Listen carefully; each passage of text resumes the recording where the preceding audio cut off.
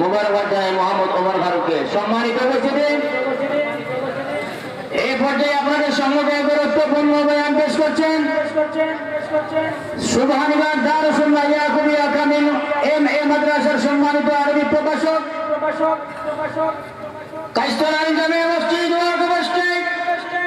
দাউদপুর মুশারগাঁও দারুল জামিয়া মসজিদের সম্মানিত ইমাম ও খতিব, বিশিষ্ট আলেম দ্বীন, অনবর্ষী বক্তা হযরত মাওলানা মুফতি আব্দুল বারী সাহেব হযরতকে ওনার মহামূল্যবান বয়ান পেশ করার জন্য মাহফিল ইন্তেজামিয়া কমিটির পক্ষ থেকে বিনীত আহ্বান করছি। যে সকল বাইরে এখানে দাঁড়িয়ে আছেন, দয়া করে আপনারা মাহফিলের সৌন্দর্য রক্ষার্থে মাহফিলের প্যান্ডেলে বসে পড়ুন।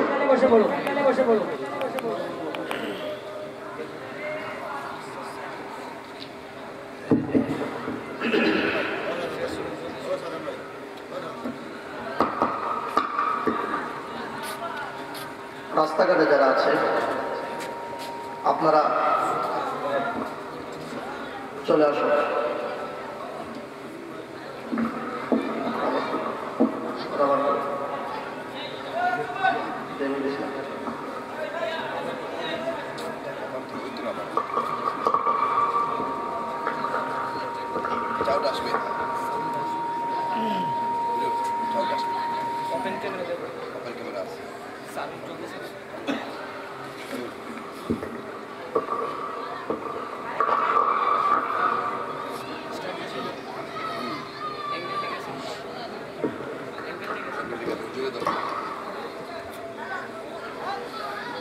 আসসালামু আলাইকুম ওয়া রাহমাতুল্লাহি ওয়া বারাকাতুহু।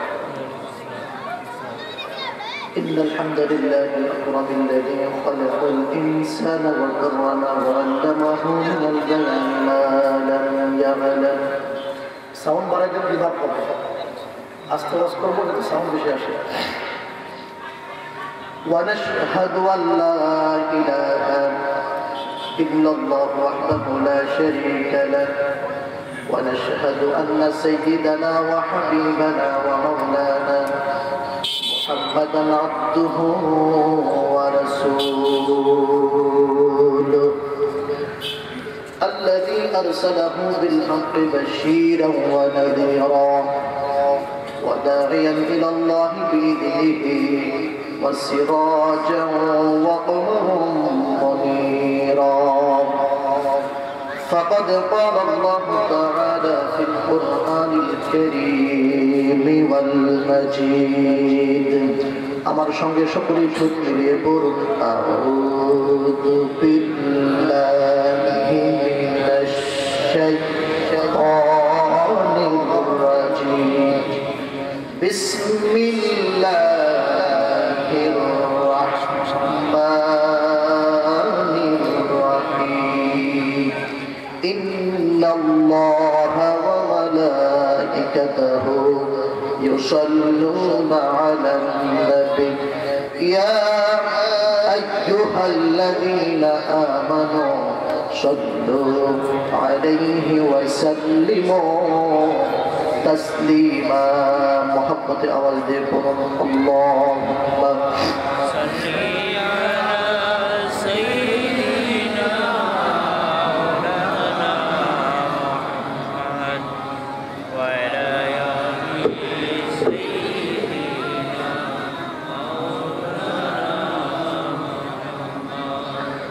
আরবের বুকে মক্কার পরে যেতাই মা আমিনার ঘর খোদার রহমত কাউসার হয়ে ঝরছে বারংবার আল্লাহুম্মা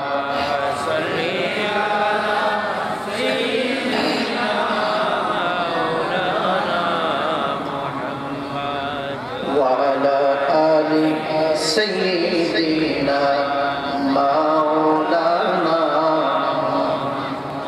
بلغ العلا بكماله كشف الدجى بجماله حسنة جميع صالحه صلوا عليه وآله উপস্থিত হযরত শাহ মঞ্জুর রহমতুল্লাহি আলাইহির বার্ষিক ওরস মুবারক উপলক্ষে আজকের এই মহতি মুবারকপূর্ণ মাহফিলের সম্মানিত সভাপতি সাহেব, আজকে যিনি কথা বলবেন এই মাহফিলের সম্মানিত প্রধান অতিথি আল্লামা ফুলতুলি সাহেব কিবলা রহমতুল্লাহি আলাইহি সুযোগ্য সাহেবজাদা আল্লামা হাফিজ ফখরুদ্দিন চৌধুরী সাহেব ফুলতুলি হাফিজাহুল্লাহ। আজকে আরো অনেক ওলামায়ে কেরাম দেখতেছি কথা বলবেন, অনেক কথা বলেছেন। মঞ্চে আলেম ওলামারা, সামনে যারা আছেন আমার যুবক ভাইয়েরা, পর্দানিশীন মা এবং বোনেরা, সকলের নিকটে আমি আবারও দিলকুলা সালাম জানাই, আপনারা সেটা গ্রহণ করুন। আসসালামু আলাইকুম ওয়া রাহমাতুল্লাহি ওয়া বারাকাতুহু। আপনারা সবাই কেমন আছেন? জি, মাহফিলটা একটু প্রাণবন্ত করতে হলে একটু আওয়াজ দিতে হবে। যে যেখানে বসে আছেন, শুয়ে থাকেন, বসে থাকেন, যারা দাঁড়ায় থাকবেন সমস্যা নাই, অনেকে শু করে আসে, বসতে সমস্যা, ও প্যান্ডেলের সামনে ওই দিকে দাঁড়ায় থাকবেন, কিন্তু কেউ কথা বলবেন না, একটু মনোযোগ সহকারে কথাগুলো শুনবো আমরা ইনশাআল্লাহ। এটা কি মাহফিল? জি জি বলুন বলুন, কি মাহফিল? ওয়াজকে আমি আব্দুল বারি করবো।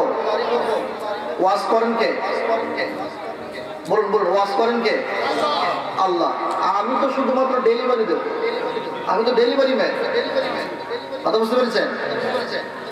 আল্লাহ নবী মসজিদে নববীতে প্রবেশ করতেছে, একটা ক্লাস চলতেছে, উত্তর দিবেন। নবীজি কোথায় ঢুকতেছেন?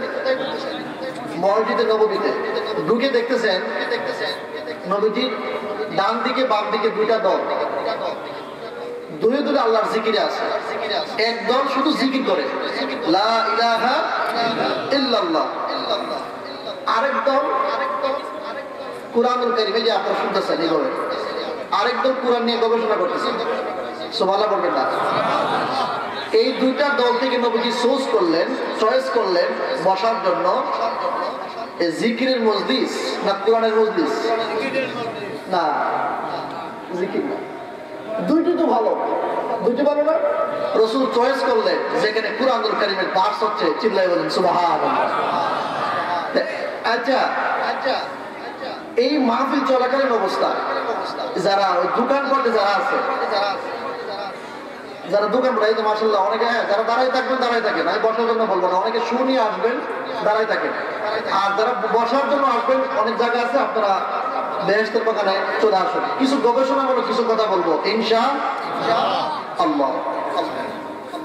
সম্মানিত সুধী, আমরা মহান আল্লাহ রাব্বুল আলামিনের দরবারে শুকরিয়া আদায় করছি। সবাই চিৎকার দিয়ে বলুন আলহামদুলিল্লাহ। বিজ্ঞান বলতেছেন আমরা যে কথা বলি, এই গলা থেকে এই কথা জিহ্বার আগায় কথা আসতে 27টা স্তর পার করে আসতে হবে। সুবহানাল্লাহ বলবেন না? 27টা স্তর যে পার হয়ে আসে, প্রত্যেকটা স্তরে এক একজন ফেরেশতা বসা আছে। একটু জোরে বলুন সুবহানাল্লাহ। একজন ফেরেশতা আরেকজনের কাছে পাঠায়, একজন আরেকজন, এইভাবে পাঠাইতে সর্বশেষ অবস্থা এইভাবে আসে। যিনি আমাদেরকে কথা বলার শিক্ষা দিয়েছেন কে? আর রহমান আল্লামাল কুরআন খালাকাল ইনসান আল্লামাহুল। মানুষ সৃষ্টি করেছেন যিনি, কথা বলাও শিখিয়েছেন তিনি, যিনি আমাদেরকে এই 27টা স্তর পার করার পরে আমরা কথা বলতে পারি। সেই জবান দিয়ে আমরা কি আল্লাহর প্রশংসা করবো না? করবো না? একটু জোরে চিৎকার দিয়ে আওয়াজ দিয়ে বলুন আলহামদুলিল্লাহ। মাশাআল্লাহ, এই তো প্যান্ডেল আস্তে আস্তে ভরে যাচ্ছে, একটু আরো জোরে বলতে হবে আলহামদুলিল্লাহ। জানি না আজকের এই মাহফিলে কোন মা এই যুবকদেরকে আপনারা পেটে নিয়েছিলেন? জি, কেউ কথা বলবে না। এই যে ভলান্টিয়ার ভাইরা, কারণ কোরআন শুনতে হলে শ্রোতাদেরকে নির্দেশ মানতে হবে দুইটা। কয়টা? আল্লাহ পাক বললেন وَإِذَا قُرِئَ الْقُرْآنُ فَاسْتَمِعُوا لَهُ وَأَنصِتُوا لَعَلَّكُمْ تُرْحَمُونَ কুরআনুল কারীম যখন পাঠ করা হবে যারা শ্রোতা আসবে দুইটা কন্ডিশন মানতে হবে কয়টা ফাস্তামিউ মনোযোগ সহকারে শুনতে হবে ওয়ানসিতু এবং চুপ থাকতে হবে এরপরে কি হবে আল্লাহ পাক ফলাফল দিয়েছেন লাআল্লাকুম তুরহামুন আমরা সবাই রহমতের জন্য আসছি না রহমত পাইতে গেলে চুপ থাকতে হবে এবং মনোযোগ দিতে হবে বলে ইনশাআল্লাহ তো আমরা একটু আগে শুকরিয়া করলাম কার নবীজির প্রশংসা করতে হবে না সকলে পড়েন সাল্লাল্লাহু আলাইহি ওয়াসাল্লাম নবীজি আল্লাহু আকবার বলেন রাসূল বললেন আমার উপরে যে ব্যক্তি একবার দরুদ পড়ে তিনটা উপকারিতা ব্যক্তি ডাইরেক্ট পেয়ে যায় এক নাম্বার হলো 10টা নেকি তার আমলনামায় ঢোকানো হয় 10টা রহমত তাকে দেওয়া হয় আর 10টা গুনাহ তার জীবন থেকে আল্লাহ অটোমেটিক্যালি কেটে দেয় আরে ভাই কুরআনুল কারীম পড়লে কয়টা নেকি একটা হরফ পড়লে কয়টা 10 আর আল্লাহ পাক শ্রেষ্ঠ সৃষ্টি আল্লাহ পাকের শ্রেষ্ঠ সৃষ্টি মুহাম্মদুর রাসূলুল্লাহ সাল্লাল্লাহু আলাইহি ওয়াসাল্লামের প্রতি একবার দরুদ পাঠ করলে সঙ্গে সঙ্গে তিনটা উপকার আল্লাহ পাক দেন শুধু তাই নয় হাদিস সাক্ষী কোন ব্যক্তি যদি দোয়া করে আল্লাহর কাছে আল্লাহ ওইটা দাও ওইটা দিও না এই দোয়ার আগে অথবা পরে যদি রাসূলের প্রতি দরুদ না থাকে হাদিস সাক্ষী ওই দোয়াটা আসমান পৌঁছে না আসমান এবং জমিনের মধ্যে এটা ঝুলন্ত থাকে এই জায়গাতে কি বুঝলেন আপনি রাসূলের প্রতি দরুদ পাঠ না করলে আপনার দোয়া কবুল হয় না আরে ভাই আপনার জীবনে যদি অশান্তি থাকে জীবনে কিছু করেন আর না করেন ওযু থাকুক আর না থাকুক আপনি পড়বেন সাল্লাল্লাহু আলাইহি ওয়াসাল্লাম আপনার অন্তরের মধ্যে শান্তি বা সাকিনা দিবেন কে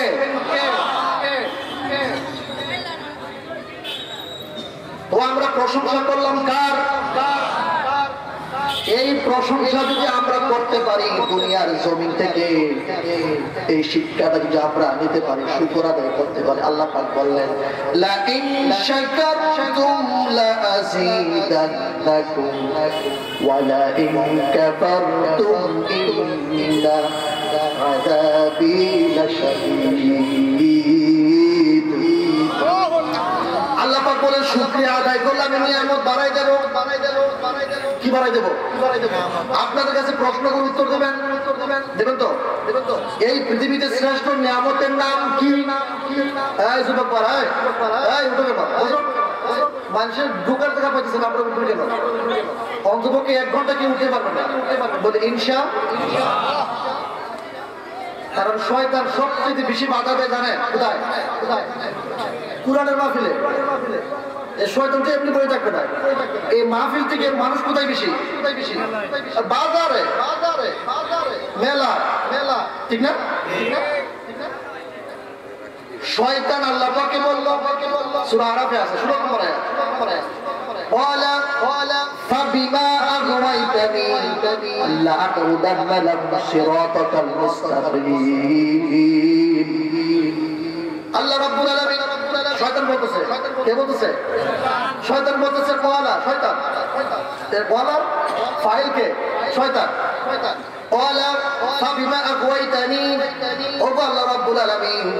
আমাকে যেইভাবে আপনি আমাকে পথভ্রষ্ট করলেন আমি আপনার কাছে বললাম শপথ করে বললাম ঠিক তদ্রুপ ভাবে আদমের সন্তান যারা পৃথিবীতে আসবে এদেরকে যত ভালো ভালো পথ আছে যত ভালো ভালো মত আছে ওই সমস্ত ভালো ভালো জায়গার মোড়ে লাকুদান্না আল্লাহ এখানে আছেন না লাম তাকিদ আলেম আছে লাম তাকিদ নুন তাকিদ দুইটা আরবি গ্রামার এখানে আছে বুঝছেন দুইটা নিশ্চয়তা দিছে দৃঢ়তা বুঝাইছে তাকিদ দিছে লাকুদান্না আমি অবশ্যই অবশ্যই বসে থাকবো কোথায় সিরাতাল মুস্তাকিম যত ভালো ভালো কাজ আছে সহজ সরল পথ আছে তাফসীর মাহফিল আছে ওরস মুবারকের মাহফিল আছে ওয়াজ মাহফিল আছে নামাজ আছে রোজা আছে হজ আছে যাকাত আছে দান সদকার এই ধরনের সুন্দর পরিবেশ আছে যত ভালো ভালো কাজ আছে শয়তান বলে আমি ওই জায়গাতে বসে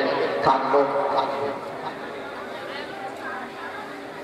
এই সাইডে বড় আওয়াজ হচ্ছে কেন পুরো আওয়াজ হবে না একদম চুপ তার মানে আপনারা বলুন শয়তান কোথায় বসে থাকবে কোথায় ভালো কাজের মনে এই যে তাফসীর মাহফিল এটা ওয়াজ মাহফিল এটা উরুস মুবারকের মাহফিল এটা কি ভালো কাজ না শয়তানের কথা তো 100 খাপের খাপ ভক্তদের ডাইরেক্ট এখানে তো হয়ে গেল এত সুন্দর করে সাজাইলো এই জায়গাটাতে মানুষ সবচেয়ে বেশি কোথায় মেলায় এই যে শয়তান বললো ভালো কাজের মোড়ে বসে থাকবো এই যে ভালো কাজের মোড়ে এখানে বসা আছে এদিকে ঢুকতে তো সত্যি হয়ে যায় তার মানে ওইখানে যারা এখন আছে তারা কারা এই আসতে কর মেলায় যারা এখন আছে ওরা কারা ডাইরেক্ট শয়তান না শয়তানের অনুসারী ভাই এখন যারা শয়তানের অনুসারী যারা এখানে আছেন তাড়াতাড়ি চলে আসেন এই যে ভাইরা আমার যুবক বড় এখানে অনেক দাঁড়ায় আছে মাশাআল্লাহ congratulation thank you so much কি জানি বলছিলাম শয়তান কোথায় থাকবো ভালো কাজের মোড়ে শুধু এইটা না সূরা সফের মধ্যে আবার শয়তান বলতেছে ওয়ালা তাবিজ্জাতিকা ও আল্লাহ রাব্বুল আলামিন তোমার কসম করে বলতেছে তোমার ইজ্জতের কসম লা আগুয়ান্নাহুম আজমাইন আপনার বরত্বের কসম করে বলতেছে আমি অবশ্যই তাদেরকে বিপদগামিতা করবই এক যুবকের বন্ধু হলো শয়তান 24 ঘন্টা কয় ঘন্টা 25তম ঘন্টায় শয়তান যুবক ছেলেকে চাইরা চলে যায় বন্ধু আমি যাই যুবক ডাইকে বলে বন্ধু 24 ঘন্টা তো ভালোই ছিলাম খাওয়া দাওয়া করলাম ভালোই তো আমি ফুর্তি করলাম কিন্তু বন্ধু তুমি এখন 25তম ঘন্টা আমাকে ছেড়ে চলে যাও কেন শয়তান ডাক দিয়ে বলতেছে বন্ধু আরে আমি আল্লাহ রাব্বুল আলামিন আমাকে আদমকে সিজদা করার জন্য হুকুম করছিল একটা বলুন কয়টা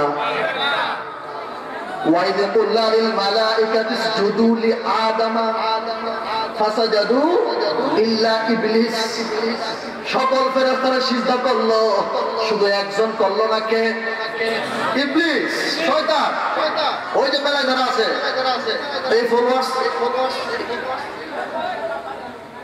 ওই আশেপাশে যত আওয়াজ না করে ভলান্টিয়ার বাইরে সাইডে আওয়াজ করে কেন একদম ফিল করতে কথা শয়তান যারা আছে অনেক দূরে এটা আশেপাশে না কি বলেন আপনারা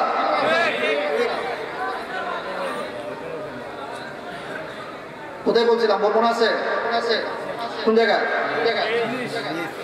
ইবলিস করে নাই এখন আপনাদের কাছে বলি সর্বপ্রথম ফেরেশতারা তো সকলেই সিজদা করলো কোটি ফেরেশতারা আপনারা কি বলতে পারবেন সর্বপ্রথম কে সিজদা করেছিল বলতে পারবেন আরে ইবলিস তো করেই নাই কিন্তু ফেরেশতাদের মধ্যে সর্বপ্রথম কে সিজদা করেছিল জানেন সর্বপ্রথম যিনি সিজদা করেছিলেন উনি হচ্ছেন ইসরাফিল সুবহানাল্লাহ হযরত ইসরাফিল আলাইহিস সালাম যখন আল্লাহর ওয়ার্ডার মানতে গিয়ে প্রথম ওয়ার্ডার মানলেন আল্লাহ পাক তাকে সম্মানিত করলেন কি জানেন আল্লাহ সুবহানাহু ওয়া তাআলা হযরত ইসরাফিল আলাইহিস সালামের কপাল এই কপালের মধ্যে পুরো 30 পারা কুরআনুল কারীম তার কপালের মধ্যে লিখে দিলেন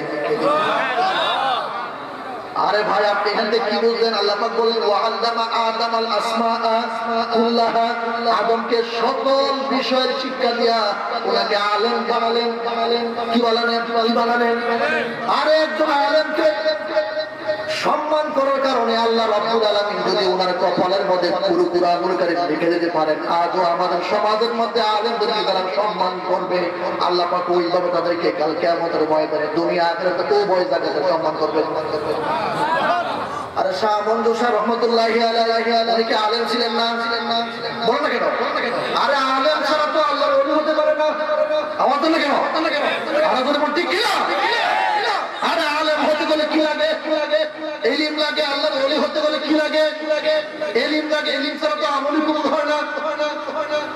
এই যে আপনার উনার সম্মানে যে সমস্ত যুবক ভাইরা আজকে এই মাহফিল করলেন, আমি কসম করে আল্লাহর কসম করে বলতে পারি এর যা দুনিয়া আখিরাতে আপনারা পাইবেন। শাহ মঞ্জুর শাহ রাহমাতুল্লাহি আলাইহি দুনিয়াতে নাই, কিন্তু উনি যে আল্লাহর ওলি ছিলেন এর খাস প্রমাণ কি জানেন? দলিল দেব। সূরা মারিয়াম, এই মারিয়ামের মধ্যে আল্লাহ পাক বললেন ইন্নাল্লাযীনা আমানু ওয়া আমিলুস সালিহাতি সায়াজআলু লাহুমুর রাহমানু হুদ্দা। এই জীবনে যারা ঈমান ভালো করে আনবে, ঈমানের পর যারা নামাজ রোজা হজ যাকাত তাসবিহ তাহলিল সুন্দর করে করবে, আমল করবে, এই দুইটা যারা করবে আল্লাহ পাক বলেন ওদের প্রতি মহব্বত ভালোবাসা সাধারণ মানুষের বাড়ায়া দেব। আরে শাহ মঞ্জুর শাহ রহমতুল্লাহি আলাইহি সমসাময়িক সময়ে কত মানুষকে দেখেন কবরের মতো পচতেছে, কিন্তু শাহ মঞ্জুর শাহ এখনো মানুষের মুখে মুখে আছে। এর মানে কি? উনি যে আল্লাহর ওলি একটা ইঙ্গিত পাওয়া। আল্লামা সাহেব কিবলা ফুলতুলি রহমতুল্লাহি আলাইহি আব্দুল লতিফ চৌধুরী 2008 সালে পৃথিবী ত্যাগ করলেন। এখনো পর্যন্ত 2 দিন পর্যন্ত মানুষ ওনার ইসারে সব মাহফিলে গিয়ে জিয়ারত করে। কিসের জন্য ভাই? এই বছর আমিও গিয়েছিলাম। এত ধুলা, এত কষ্ট করার পরেও মানুষ বারবার যায়। কেন যায়? ওই যে আল্লাহ পাক বললেন দুনিয়াতে যারা আমার ওলি হবে, আমার বন্ধু হবে, ওই সমস্ত বন্ধুদের প্রতি সাধারণ মানুষের ভালোবাসা আমি বাড়ায় দেব। আর ওদের কোনো সুবহানাল্লাহ। সম্মানিত শুধু ওলি হওয়ার জন্য শর্ত হলো 2টা। সূরা ইউনূস আল্লাহ পাক বললেন আলা ইন্না আউলিয়া আল্লাহি লা খাউফুন আলাইহিম ওয়া লা হুম ইয়াহজানুন। সাবধান। এটা আলা ব্যবহার করলেন। আলা কেন দিলেন? আপনারা কি জানেন আলা কেন দিলেন? আরে কারেন্টের খুঁটি যদি যেই জায়গার মধ্যে বিদ্যুৎ উৎপাদন হয় ওই জায়গার ভিতরে আপনি যেতে চান, এই সাইনবোর্ডে লেখা থাকবে সাবধান, এই জায়গাতে বিদ্যুতের গড়, বিদ্যুৎ উৎপাদনের গড়। কারণ কি? ওই জায়গাতে যে কোনো মানুষ প্রবেশ করতে পারে না। কারণ যে কোনো সময় কোনো দুর্ঘটনা ঘটলে মানুষ মারা যাওয়ার সম্ভাবনা 99%। কি বলেন? কারেন্টের খুঁটির মধ্যে যদি একটু এদিক সেদিক থাকে, এই জায়গার মধ্যে লেখা দিয়ে যায় সাবধান, লিক আছে, ধরবেন না। এই জন্য আল্লাহ পাক ওলি শব্দের আগে আল্লাহ পাক বলেন আলা, সাবধান। জোরে বলো সুবহানাল্লাহ। সাবধান। আমার যারা ওলি হবে, বন্ধু হবে, আমার যারা প্রিয়তম মানুষ হবে, এদের কোনো ভয় নাই, দুনিয়াতেও নাই, আখিরাতেও নাই। এখন বলছিল ওলি যে আল্লাহ পাক বলেন আউলিয়া। আউলিয়া কারা? ওলির বহু বচন আউলিয়া। ওলি হতে গেলে এত বেশি লাগে না? এই পৃথিবীর জমিনে সবচাইতে বড় ওলি হলেন মুহাম্মাদুর রাসূলুল্লাহ সাল্লাল্লাহু। ওলি হতে গেলে 2টা জিনিস লাগে। কয়টা? এরপরে আয়াত আল্লাহ পাক বললেন আল্লাযীনা আমানু ওয়া কানু ইয়াত্তাকুন। যারা সত্যিকার অর্থে ঈমান আনবে আর যারা তাকওয়া অবলম্বন করবে, এই 2টা কন্ডিশন যার মধ্যে থাকবে সেই ওলি। আমরা কত ভালো করে ঈমানই নাই, ঠিক না? আর তাকওয়া তো অনেক বড় বিষয়। আমি ওইদিকে আর যাবো না। মনে আছে কোন দিকে গেছিলাম? যেহেতু অলি সম্পর্কে আসছে একটা ভেস্তা করে দেওয়া যায়। এখান থেকে আমরা কি বুঝলাম? অলি হতে গেলে শর্ত কয়টা লাগে? তার মানে ঈমান আর আমল, ঈমান আর তাকওয়া। ঈমান আর তাকওয়া যদি আপনার মধ্যে থাকে, আমার মধ্যে থাকে, আমিও আপনিও আল্লাহর একজন অলি। ভালো করুন না। আর অলিদের ব্যাপারে আল্লাহ পাক বললেন লাহুমুল বুশরা ফিল হায়াত দুনিয়া ওয়া ফিল আখিরাহ। এই ওলিদের ব্যাপারে আল্লাহ পাক বলেন তাদের দুনিয়ার মধ্যে সুসংবাদ, আখিরাতেও। মুফাসসির বলেন তাফসীর তাবারির মধ্যে বলা আছে লাহুমুল বুশরা ফিল হায়াতিদ দুনিয়া ওয়া ফিল আখিরাহ। মুফাসসির বলে দুনিয়া আখিরাতের সুসংবাদ বুঝলাম, জান্নাত পাবেন ওনারা, কিন্তু দুনিয়ার সুসংবাদ কি? এটা গুরুত্বপূর্ণ প্রশ্ন না? আরে ওলিদের জন্য আখিরাতের সুসংবাদ হলো জান্নাত পাওয়া, আর দুনিয়ার সুসংবাদটা কি? ওই যে দুনিয়ার সুসংবাদটা সূরা মরিয়মের আয়াতে পড়লাম যে দুনিয়ার সুসংবাদ হলো ওলিরা যখন পৃথিবীতে থাকেন মানুষেরা কত মানুষ এসে সম্মান করেন, তাজিম করেন, ভালোবাসেন। ওই যে সকল মানুষের যখন ভালোবাসার একটা স্তূপ পড়ে যাবে বুঝতে হবে তার আল্লাহর ওলি। হযরত শাহজালাল রহমাতুল্লাহি আলাইহি কবে ইন্তেকাল করলেন, এখনো পর্যন্ত হাজার হাজার মানুষ দিন নাই রাত নাই মানুষ জিয়ারতে যায়। কিসের জন্য? আপনাকে টাকা দিছে। আমি আজকে জিয়ারত করে আসলাম দরগা মসজিদে, আজকে নামাজ পড়লাম, নামাজ পড়ে আমার আব্দুল ওয়াজিদ ভাই সহ আমরা আজকেও জিয়ারত করলাম। এই যে মহব্বত কিসের জন্য? আল্লাহর ওলি যে হয়েছেন এটা প্রমাণ। হাজার হাজার মানুষের ভালোবাসা, মহব্বত আল্লাহ পাক ঢেলে দিয়েছেন ওই জায়গার মধ্যে। আচ্ছা বলেন, শাহজালাল রহমাতুল্লাহি আলাইহির সাথে কি আপনাদের টাকার সম্পর্ক, সম্পদের সম্পর্ক, জায়গা জমির সম্পর্ক, আত্মীয়তার সম্পর্ক? কোথায় বাড়ি আমেন, কোথায় ইয়ামেন বাড়ি, আর কোথায় তিনি চলে আসেন, বিয়েও করে নাই। আপনার আমার আত্মীয় কেমন হবে? বিয়েও তো করে নাই। মুসাফির মানে কি? বিয়া ছাড়া।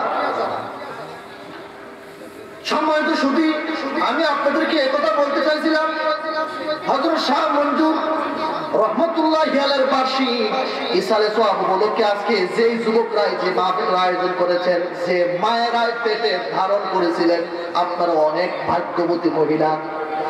আজকের এই প্যান্ডেল থেকে, ওয়াজ থেকে যত লক্ষ কোটি নেকি হবে, যে সমস্ত মায়েরা পেটে ধারণ করছিলেন যুবকদেরকে, প্রত্যেক মার আমলনামায় আল্লাহ পাক ততটুকু নেকি দান করবেন। এর বিপরীত দিকে যদি কোনো গান হতো, কনসার্ট হতো, যদি 1 কোটি গুণা হতো, যে সমস্ত মারা পেটে ধারণ করেছিলেন ওই মার আমলনামায় ফ্লেক্সিল হইয়া সরাসরি তার আমলনামায় চলে যেত। এরা বলে আছে না, সূরা ইয়াসিন আছে ওয়ানাকতুবু মা কদ্দামু ওয়া আসারহুম ওয়া কুল্লা শাইইন আহসাইনাহু ফি ইমামিন মুবিন। আল্লাহ পাক বলতেছেন আমি লিখতেছি, ওয়ানাকতুবু আমি লিখি, আমরা লিখি। কি লিখি? ওয়ানাকতুবু মা কদ্দামু, আগে যা পাঠাইছো তুমি নিজে যখন পৃথিবীতে বেঁচে ছিলা, যে আমলগুলা পাঠাইছিলা ওইগুলা তো আমি দেখছি। ও আসারহুম, আর দুনিয়াতে যেগুলো আসার মানে কি? তার চিহ্ন। আর চিহ্ন কি? ওই যে ছেলে রেখে গেলা, মেয়ে রেখে গেলা, এটা হলো চিহ্ন। এরা যদি কোনো ভালো ভালো কাজ করে, ওই কাজের নেক আমলগুলো আমি আল্লাহ রাব্বুল আলামিন ফেরেশতার মাধ্যমে আমি লিখে রাখবো। ও মা, ও বাবারা, কোন মা কোন বাবা তাদেরকে পেটে নিয়েছেন, আপনাদের পেট ধন্য। বলে আলহামদুলিল্লাহ। মনে আছে কোথায় কি শেষ করছিলাম? ওয়াইদ কুল্লা লিল মালাইকাতি ইসজুদু লিআদামা ফাসাজাদু লিআদামা ফাসাজাদু ইল্লা ইবলিস, সকলেই সিজদা করছে শুধুমাত্র শয়তান, ইবলিস করে নাই। কে করে নাই? আর সর্বপ্রথম কে করছিল? বল কে করছিল? ওই বলতেছে আল্লাহ আমাকে আপনি যেভাবে পথ প্রশ্ন করলেন, আমি মানুষদেরকে অত সুজা ভাবে তাদেরকে ছেড়ে দেব না। আমি তাদের ভালো ভালো কাজের মোড়ে বসাবো, আর তাদেরকে ধোঁকা দিয়া তাদেরকে বোকা বানাইয়া আমার সাথে জাহান্নামে নেব। মানে আমরা কি শয়তানের সাথে জাহান্নামে যেতে চাই? কে কে চায় হাত তুলেন। বুঝে না? বুঝতে হবে। শয়তানের প্ররোচনা খুবই মারাত্মক। দেখেন আমি একটু ব্যাখ্যা করি। আপনারা আছেন তো মাঠে? আছেন তো? কোন কোন জায়গা দিয়ে দেখেন সে আটকাইব দেখে মানুষদেরকে। আরে আল্লাহ রাব্বুল আলামিন বললেন সূরা হাদিস আছে, ইন্নাল্লাহা তাইয়্যিবুন লা ইয়াকবালু ইল্লা তাইয়্যিবা। রাসূল বললেন আল্লাহ হলো নিজে পবিত্র, তিনি পবিত্র ছাড়া কোনো কিছু কবুল করেন না। আরে ভাই, সুদখোর ঘুষখোর যদি নামাজে যায়, হারাম খাইয়ে যদি নামাজে যায়, হজে যায়, তার হজ কি কবুল? কিন্তু ওই ব্যক্তি তো প্রথমে যায়, হজে যায়। দেখছেন না আপনারা, জনগণের টাকা কোটি কোটি টাকা মাইরা সর্বশেষ হজের মৌসুম আসলে কয়েকটা দৌড় মেরে আসি। আরে ভাই, আপনি কার টাকা মাইরা, কার টাকায় আপনি হজে গেলেন? ঠিক কিনা? আপনি বোনের টাকা মাইরা, আপন ভাইয়ের টাকা মাইরা, বড় বড় ক্ষেত গুলা নিজের নামে কইরা সব কিছু টামাইয়া টুমাইয়া এরপরে কয় হজ করে আসি। আছে না নাই? নিজের বোনকে ঠকায় উত্তরাধিকারের সম্পদ থেকে। আরে যেই ব্যক্তির নামাজ কবুল হবে, সারা দিন পরিশ্রম করে আপনার চোখের সামনে, আমার চোখের সামনে যে শ্রমিক ভাইয়েরা দেখবেন কয়জন শ্রমিক আছে নামাজ পড়ে, দেখবেন 100-র মধ্যে 90 জনই নামাজ পড়ে না।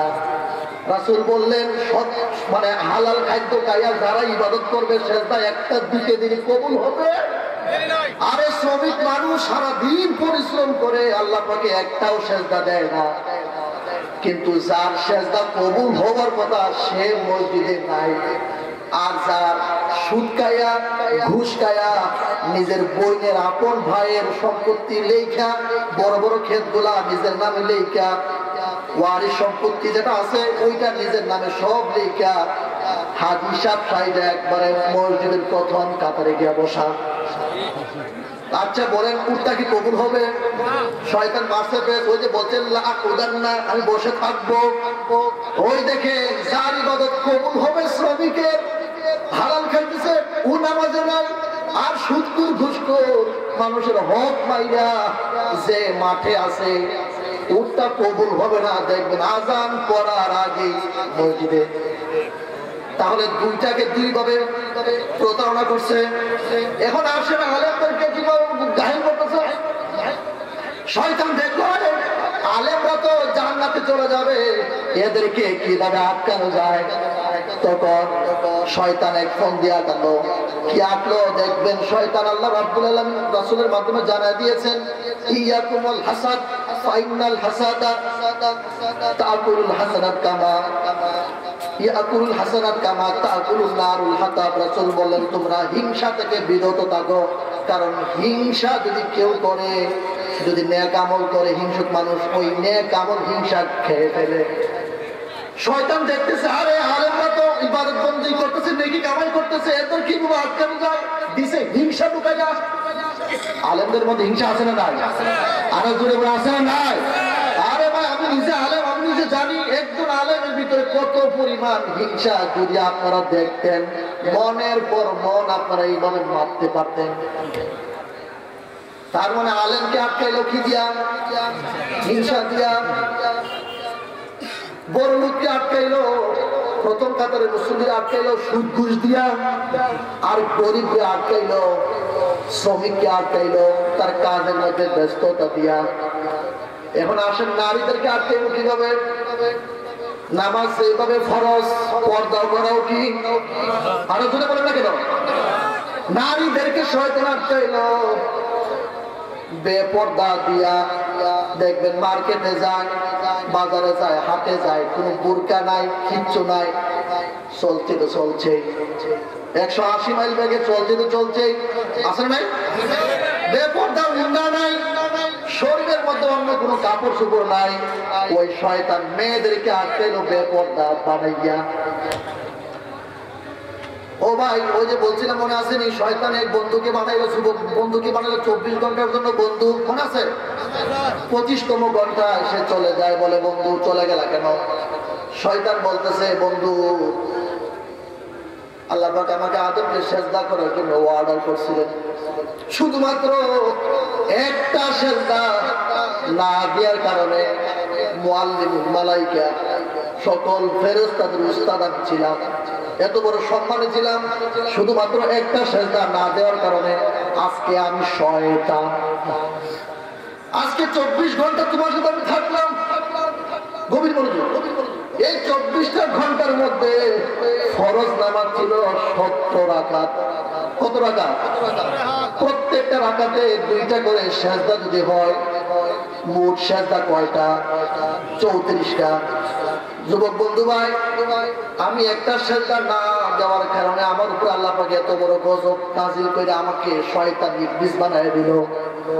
আর 24 ঘন্টা তুমি, আজ 24টা ঘন্টা তোমার সাথে আমি বন্ধুত্ব পাচ্ছিলাম, দেখলাম তুমি কি করো। 24 ঘন্টায় আল্লাহ পাকের ওয়ার্ডার তোমার উপরে ছিল 34টা সেজদা ফরজ, তুমি একটাও মানো নাই। আমি একটা না মানার কারণে আমার উপরে যদি গজব নাজিল হতে পারে, এই 34টা সেজদা না দেওয়ার কারণে তোমার উপরে না জানি কোন গজব আসে, এই গজবের বই আমি তোমার কাছ থেকে চলে যাব। বুঝতে পারছেন?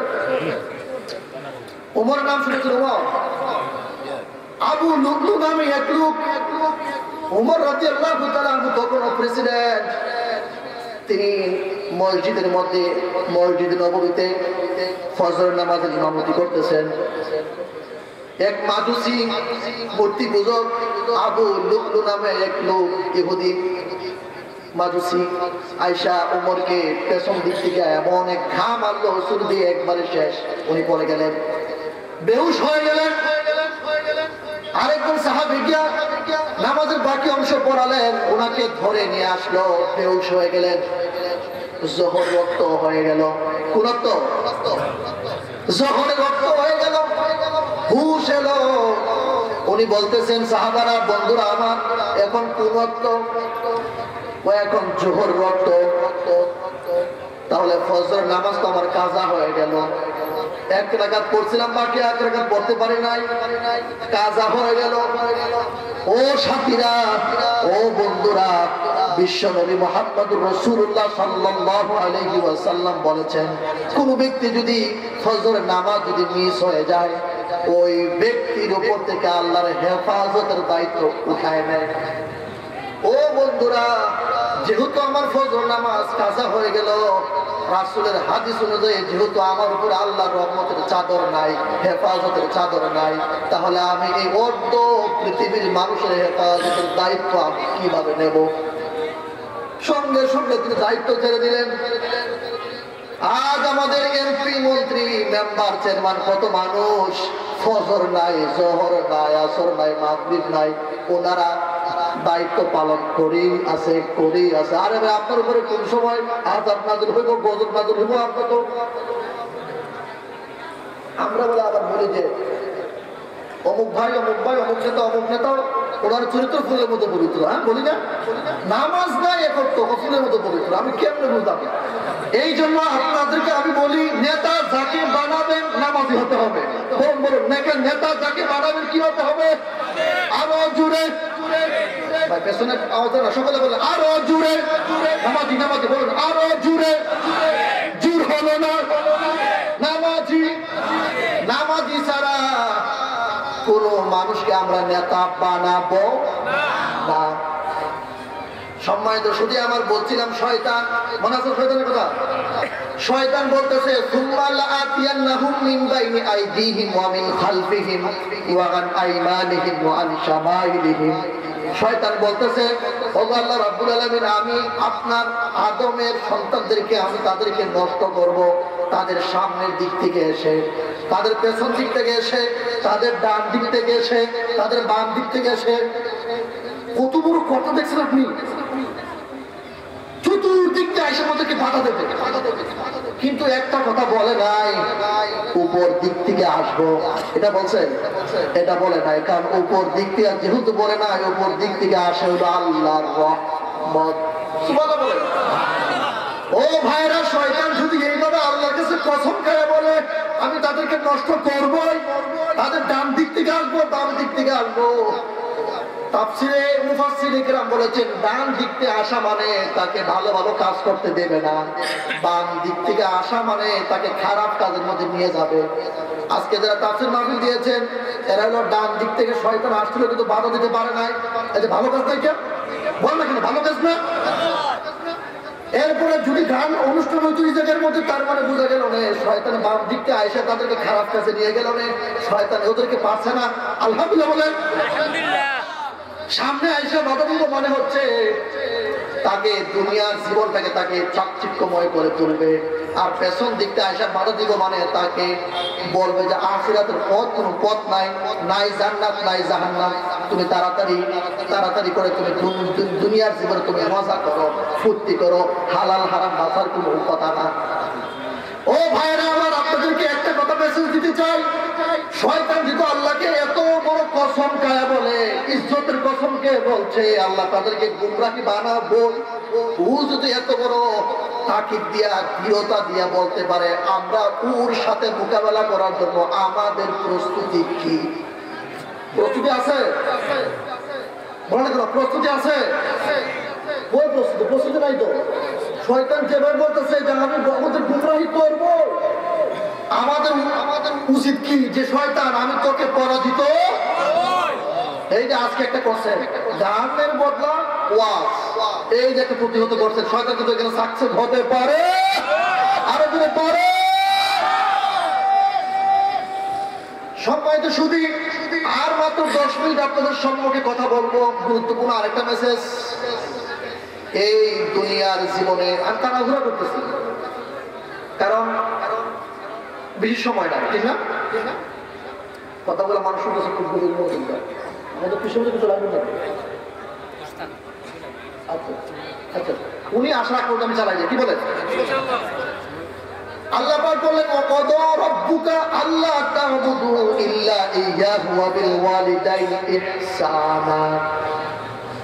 আমাকে মাহফিলে স্টেজে ওঠার আগে আমাকে একজন বলেন, হুজুর মা বাপ সম্পর্কে একটু ওয়াজ করে। আমি তো অনেক কথাগুলো বললাম, প্রথমে বললাম যে শয়তান কোন জায়গাতে আমাদেরকে আঘাত করবে, এটা যদি আজকে বুঝতে পারেন আজকের ওয়াজ সাকসেস। কথা বুঝতে পারছেন?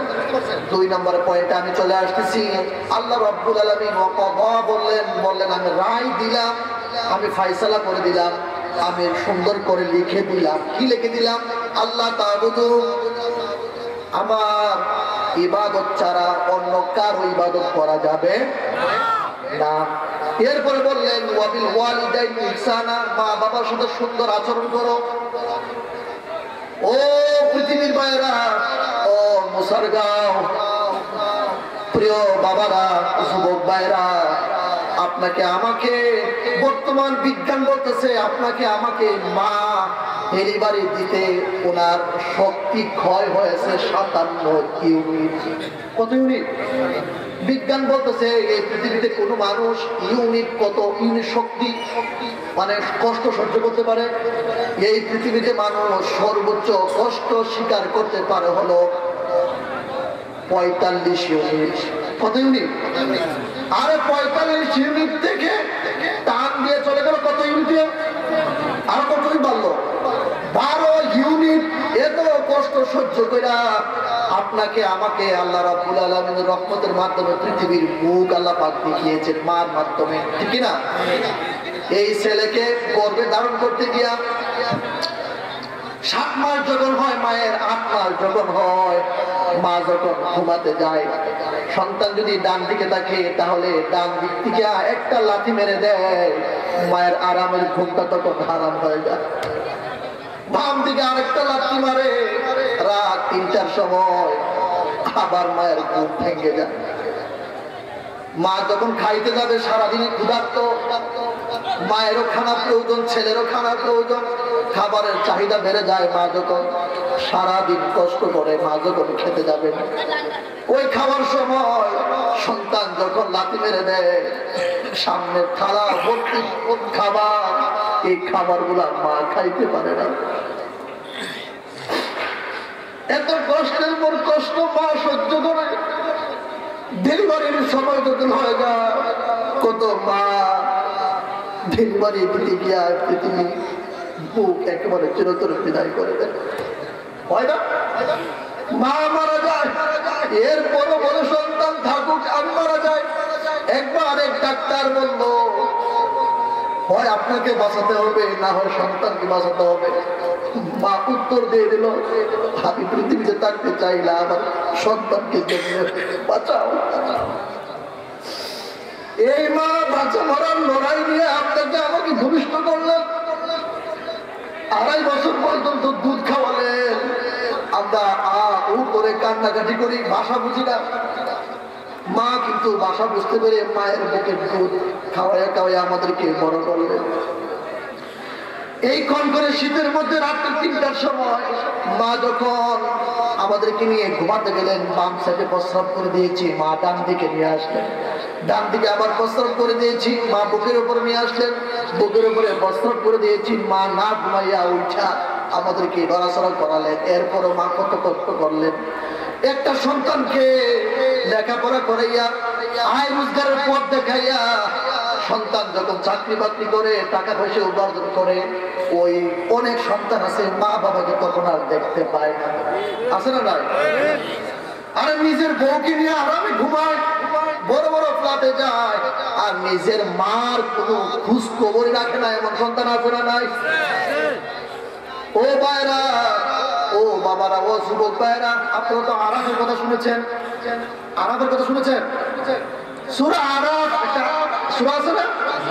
এটা একটা জাহান্নাম এবং জান্নাতের মধ্যবর্তী একটা জায়গার নাম, বড় একটা উঁচু জায়গা। এরা জান্নাতেও যাবে না, জাহান্নামেও যাবে না। রাসূলকে প্রশ্ন করা হলো, ইয়া রাসূলুল্লাহ, ইয়া হাবিবাল্লাহ, এই আরাফের এত বড় উঁচু জায়গায়, এত বড় কষ্টের মধ্যে তারা কিভাবে থাকবে? তারা ওই জায়গাতে বলবে, আল্লাহ হয় আমাদের জান্নাত দাও, তাহলে জাহান্নাম দাও। আপনাকে মারলো না, জাহান্নামে দিল না, যদি আপনার সামনে যদি এখন আপনার লোকটা যদি উঠায় ফেলে, জিন্দা অবস্থা কেমন লাগবে? আপনাকে মারবে না, কি করবে? লোক উঠায় ফেলবে, কেমন লাগবে? অথবা চোখ, এই চোখের মধ্যে যদি গরম লোহা ঢুকায় দেয়, কেমন লাগবে? কিন্তু আপনাকে কিন্তু মারলো না। ওই আরাফে যারা থাকবে এই ধরনের কষ্টে থাকবে, না জান্নাত না জাহান্নাম। রাসূলকে বলা হলো, ইয়া রাসূলুল্লাহ, ইয়া হাবিবাল্লাহ, আরাফে যারা থাকবে এরা জাহান্নামে কেন যাবে না? দুটো প্রশ্ন করছে, এরা জান্নাতে কেন যাবে না, আবার জাহান্নামে কেন যাবে না? রাসূলকে প্রথম প্রশ্ন করা হলো, ইয়া রাসূলুল্লাহ, আরাফবাসীরা জান্নাতে কেন যাবে না? রাসূল বললেন, এই জন্য জান্নাতে যাবে না, কারণ দুনিয়ার জীবনে তারা ওই সন্তানাদিরা মা বাবার সাথে খারাপ আচরণ করত। মুসারগাঁওবাসী, আজ যারা আপনারা মা বাবার সাথে এই ধরনের খারাপ আচরণ করেন, আপনারা এখনই লিখে নেন, আপনার জায়গা কিন্তু আরাফে। কোথায়? আমরা কি কেউ আরাফে যেতে চাই? আর কেউ যেতে চাই? এরপরে প্রশ্ন করা হলো, ইয়া রাসূলুল্লাহ, ইয়া হাবিবাল্লাহ, তারা জান্নাতে, তারা কেন জাহান্নামে কেন যাবে না? রাসূল বললেন, দুনিয়ার জীবনে কুরআনুল কারীমকে প্রতিষ্ঠা করতে গিয়ে তারা যে আন্দোলন করছে, ইসলামী আন্দোলন করার কারণে তারা জান্নাতে, তারা জাহান্নামে যাবে না। উত্তর পাইছেন? রাসূলকে প্রশ্ন করা হলো কয়টা? প্রথম প্রশ্ন কি জান্নাতে কেন যাবে না? উত্তর হলো, তারা মা বাবার সাথে খারাপ আচরণ করতো, এই জন্য জান্নাতে যাবে না। আবার বলা হলো, আরেকটা বলা আছে, তারা জাহান্নামে কেন যাবে না? রাসূল বললেন, এই জন্য যাবে না, তারা দুনিয়ার জীবনে কোরআনকে প্রতিষ্ঠা করতে গিয়া, কোরআনের আইন সব জায়গাতে প্রতিষ্ঠা করতে গিয়া তারা সংগ্রাম করেছে, দিন রাত 24টা ঘন্টা। এই যে কোরআনকে প্রতিষ্ঠা করতে গিয়ে তারা আন্দোলন করলো, জেল কাটলো, জরিমানা দিল, কষ্ট স্বীকার করলো। এই জন্য তারা ইসলামী আন্দোলন করার কারণে, কোরআনকে প্রতিষ্ঠা করার আন্দোলন করার কারণে, এই জন্য তাদেরকে জাহান্নামে দেওয়া হবে না। আমরা আছি তো কোরআনের পক্ষে ইনশাআল্লাহ। ও ভাইরা, মা বাবার সাথে দেখেন আল্লাহ পাক বলেছেন, ফালা তাকুল্লাহুমা উফফিন ওয়ালা তানহারহুমা ওয়া কুল্লাহুমা কাওলান কারীমা। আল্লাহ পাক বললেন, মা বাবার সাথে উফ বলিও না। অনেকে দুঃখে বলে, ও বুড়া, তুমি খুব যন্ত্রণা, এই বলে না। আল্লাহ পাক বলছেন, উফ শব্দটা পর্যন্ত তোমরা মা বাবার সামনে বলবা না। কি বলবা? আল্লাহ পাক বলেন ওয়াকুল্লাহুমা, মা এবং বাবা উভয়ের সাথে তোমরা বলো কাউলান কারিমা, বিনয়ের সাথে কথা বলো, নম্রভাবে কথা বলো, মাথাটা নামায়া কথা বলো, কণ্ঠটা নিচু করে মার সাথে কথা বলো। বলবো তো ইনশাআল্লাহ। এরপরে বলেছেন, কি বললেন, মা বাবা যদি পৃথিবীতে থাকে তাদেরকে ভালো ভালো খাবার দিবা, খাওয়াইবা, যা যা লাগে সব কিছু দিবা। মা বাবা যদি মারা যায় তখন মা বাবার কবরের সামনে গিয়ে বলবা রাব্বিরহামহুমা কামা রাব্বায়ানি সগীরা। দোয়া পড়েন না আপনারা? সকলে পড়েন না? রাব্বিরহামহুমা কামা রাব্বায়ানি সগীরা। আল্লাহ রাব্বুল আলামিন নিজে এই দোয়াটা শিক্ষা দিয়ে বলেছেন, বান্দা ও বান্দিরা, মা বাবা যেহেতু এত কষ্ট স্বীকার করেছেন, এত কষ্ট করে তোমাদেরকে লালন পালন করেছেন, মা বাবা জীবিত হোক মৃত হোক তাদের জন্য আমার কাছে দোয়া করো। কি দোয়া? যে ছোট্টবেলায় শিশু অবস্থায় মা যেভাবে আল্লাহ আমাকে লালন পালন করেছেন, এইভাবে তুমিও তার সাথে ওই রকম আচরণ করো। সুবহানাল্লাহ। মুফাসসিরিনে কেরাম এখানে বলেছেন, ওই যে ইয়ানি সগীরার কথা কেন বললেন? আরে ভাই, ছোট্টবেলা মা যেভাবে সন্তানকে বুকের ভিতরে আগলে রেখে রেখে সযত্নে ছেলেটাকে মেয়েটাকে মানুষ করেছেন, আল্লাহ পাক বললেন তোমরা আমার কাছে দোয়া করো কবরের জীবনেও যেন এই শিশুর মতো আমি তোমার মা বাবার সাথে এইভাবে আচরণ আমি করি।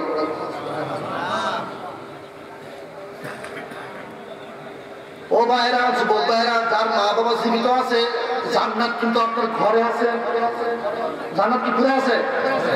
জান্নাত কিন্তু বেশি দূর না। রাসূল বলেন, কোন ব্যক্তি যদি তিনটা জিনিসের দিকে তাকায়, তাকালেই সওয়াব হবে।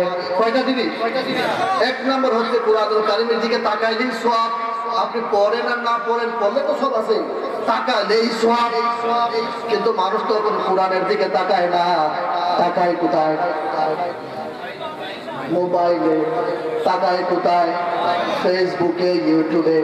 সুন্দর সুন্দর নায়িকার দিকে তাকায় আর মজা নেয়, মজা নেয় লোক। আছে না ভাই? মসজিদের সামনে দিয়ে যায়, কাশফুল মসজিদের প্রতিভাবী, এখানে আমি দেখি অনেক মানুষ বিয়ার গাড়ি যায়, এমনি গাড়ি যায়, মসজিদ সামনে কিন্তু ডিস্কো লাগায়া মজা লেলো, গান লয়। আর এখানে ফেসবুকে কিভাবে দেখে উলঙ্গ নারীর বেহায়াপনা দেখে। অথচ রাসূল বললেন যেই দিকে তাকালে সওয়াব, এই দিকে নাই। রাসূল বলেন তিনটা জিনিসের দিকে তাকালেই সওয়াব। এক নম্বরে কি কুরআনের দিকে, দুই নম্বর হচ্ছে পবিত্র কাবার দিকে। কাবার একটা ছবি বাড়িতে নিয়ে আসেন, বারবার দেখেন সওয়াব হবে। তিন নম্বর হচ্ছে মা বাবার চেহারার দিকে তাকাইলে নফল হজের সওয়াব আল্লাহ পাক দেয়। আরেকটা দিকে তাকাইলে সওয়াব আছে, বলবো আরেকটার দিকে তাকাইলে সওয়াব আছে। আপনার নিজের বিবাহিত স্ত্রী মসজিদে যখন যাবেন, নিজের স্ত্রীর গালে অথবা আপনার গালে না, এই কপালে একটা চুমু দিয়া যদি যান, এটা সুন্নত। এটা কি? আরে এই সুন্নত এখন আসেনি, এই সুন্নত নাই। রাসূল বললেন সে যেমন একটা মৃত সুন্নত, এটা কিন্তু মৃত সুন্নত, মৃত। এই কেউ যদি মৃত একটা সুন্নতকে জিন্দা করে 100 গলা কাটা শহীদের সন্তান আমলনামায় দেয়া হবে। আরো জোরে বলুন সুবহানাল্লাহ।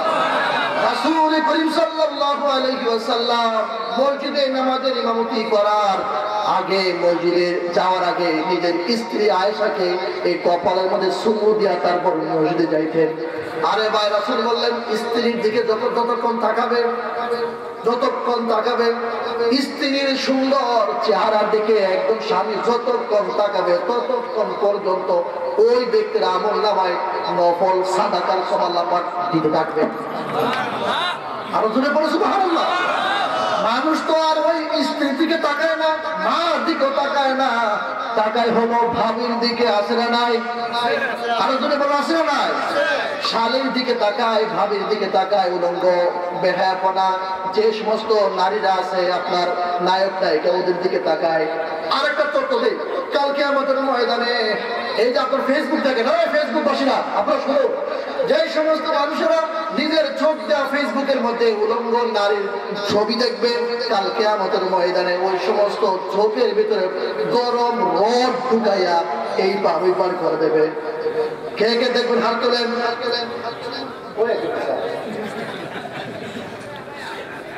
আর কি দেখবেন? আর কি দেখবেন? আর বললাম আর কি দেখবেন? বলে না সবাই আর কি দেখবেন? আগে দেখতেন যাই করেন আজ থেকে তওবা করেন, জীবনে আর কোনোদিন মেয়ের ছবির দিকে তাকাবো কোথায়? মার চেহারার দিকে তাকাবো, বাবার চেহারার দিকে তাকাবো, নিজের বউর দিকে তাকাবো। ঠিক আছে ইনশাল্লাহ। এরপরে তো একটা কথা বলে শেষ করছি। এই যে আপনি ফেসবুক চালান, এখানে লাইক আছে না, কমেন্ট আছে না, ফলোয়ার আছে না, আসেনি? এই যে আপনি থাকবেন না একদিন, কিন্তু আপনার দেওয়া লাইক থাকবে কি থাকবে না? এই যে থাকবে। আপনি যদি খারাপ একটা নায়িকা খেয়ে গায়িকা খেয়ে একজন বদমাইশ একটা ছেলেকে যদি আপনি লাইক দেন যে টাকটু নিচের কাপড় পরে, আল্লাহর কসম করে বলি কাল কিয়ামতের ময়দানে যতদিন পর্যন্ত এই ছবির মধ্যে লাইক থাকবে ততদিন পর্যন্ত আপনার আমলনামায় কিন্তু গুনাহ যাইতে থাকবে। এর কারণ কি জানেন? এর কারণ হলো যে আপনি একটা খারাপ কাজের সহযোগিতা করলেন, লাইক দিলেন। আল্লাহ পাক বলছেন ওয়ালা তাআওয়ানু আলাল ইসমি ওয়াল উদওয়ান। খারাপ কাজের সহযোগিতা করা যাবে না। গান বাজনার সহযোগিতা করা যাবে? আরো জোরে বলেন। গান বাজনা যারা করাবে, যারা টাকা দিবে, যত টাকা দিবে কাল কিয়ামত ময়দানে গুনাহ কিন্তু চাইতেই থাকবে। আমরা কি গানের পক্ষে আছি? আরো জোরে বলেন। গান করাইতে গিয়া যারা উদ্যোগ নেবে, যারা টাকা দিবে, পয়সা দিবে, সব হারামের মধ্যে আছে। এরা সব শয়তান। আপনারা কি শয়তান হতে চাই না আল্লাহর বন্ধু হতে চাই? এই জন্য আপনি জানতেন মানুষকে আপনি লাইক দিবেন না, কমেন্টও করবেন না, সাপোর্টও করবেন না, ফলোয়ারও হবেন না। আপনি যদি সাকিব খানের ফলোয়ার হন, একটা চরিত্রহীন একটা ছেলে যে সমাজের মধ্যে অশ্লীলতা প্রচার করায়, এর যদি আপনি ফেসবুকে ফলোয়ার হন, তাকে আপনি উৎসাহ দিলেন, লাইক দিলেন, আপনি খারাপ কাজের সহযোগিতা করার কারণে আপনি একটা হারাম কাজ করলেন, কবিরা গুনাহ হবে। এমনি দেখে তো এমনি পাপ করতেছেন, আবার লাইক দেয়, আবার কমেন্ট করে। একটা সুন্দরী মহিলার ছবি যখন দিয়ে দেয়, যুবক ছেলে যখন দেখে, সে মনে করে আপনি এটা পাপ নাই, কবিরা গুনাহ। সে এই নারীর ছবি দেখে বলে ওয়াও, নাইস, বিউটিফুল, ওয়াসাম, আছে না নাই? আজ থেকে গ্রাম দিবে। ভালো ভালো কাজে সহযোগিতা করবেন। কুরআনুল কারীমের একটা আয়াত লিখে আপনি সারেন ফেসবুকে, একটা হাদিস লিখে সারেন, যারা লেখা সারে আপনাদের ফলোয়ার হবেন, এদেরকে লাইক দেবেন, কমেন্ট করবেন। কাল কিয়ামতের ময়দানে এই যে কুরআনুল কারীমের একটা আয়াতকে আপনি লাইক দিলেন, হয়তো এইটার কারণে আপনাকে আল্লাহ পাক নাজাত দিতে। ও ভাই, হযরত লূত আলাইহিস সালামের নাম শুনেছেন? শুনেছেন? হযরত লূত আলাইহিস সালামের স্ত্রী জাহান্নামে গেছে। এই স্ত্রী জাহান্নামে যাওয়ার একমাত্র কারণ হলো খারাপ মানুষদেরকে সাপোর্ট করতো। কাকে সাপোর্ট করতো? খারাপ মানুষদেরকে সাপোর্ট করার কারণে নবীর স্ত্রী হয়ে যদি জাহান্নামে যেতে পারে, আর আমরা আজকে খারাপ মানুষদেরকে সাপোর্ট করি, আমরাও কিন্তু জাহান্নামে যাবো। এই জন্য আজ থেকে ওয়াদা করবো, কোন মানুষদেরকে, খারাপ মানুষদেরকে ফেসবুকে লাইক, কমেন্ট, শেয়ার, ফলোয়ার হবো, দেব, বলেন দেব ইনশাআল্লাহ। ওয়া মা আলাইনা ইল্লাল বালাগ। আল্লাহ পাক আমাদের সকলকে যে কথাগুলো বলেছি কোরআন এবং হাদিস থেকে আমল করার তৌফিক দান করুন। সকলে পড়ুন আল্লাহুম্মা আমিন। ওয়া আখিরু দাওয়ানা আলহামদুলিল্লাহি রাব্বিল আলামিন। আসসালামু আলাইকুম ওয়া রাহমাতুল্লাহি ওয়া বারাকাতুহু।